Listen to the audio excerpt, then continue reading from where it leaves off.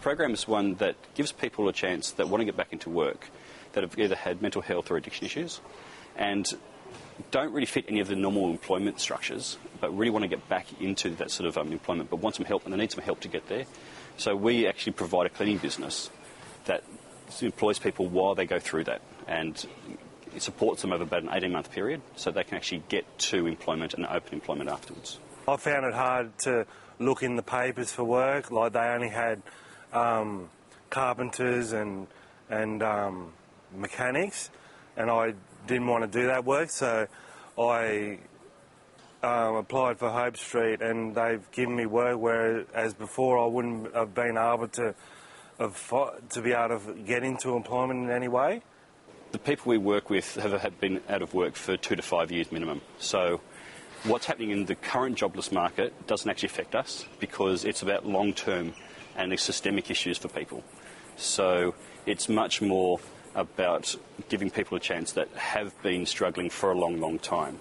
And I guess it's the people that could be unemployed now could end up with us in 5 or 6 years if the current situation doesn't actually work for them, and if they have other issues that turn up. The employer wouldn't put up with what Hopestreet offers. They offer support and peer support, and like they have a cleaner's lunch every 2 weeks.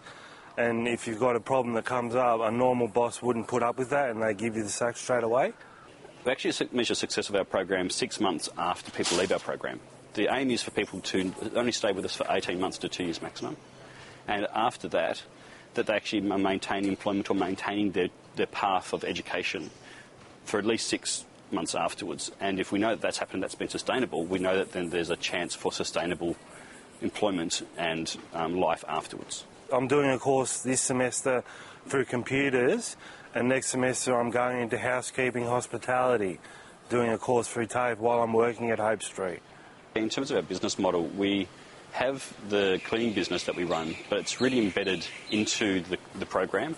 So our cleaning business, our social business, is actually a catalyst. It actually operates to serve the program, which is allowing people to then move forward into employment. So although we actually operate it as a professional business, we have it so we can actually just employ people and provide them opportunities. And out of working for us, that actually then creates situations to have discussions about life, to have discussions about what they need to improve and where to go so that they can actually maintain employment later on.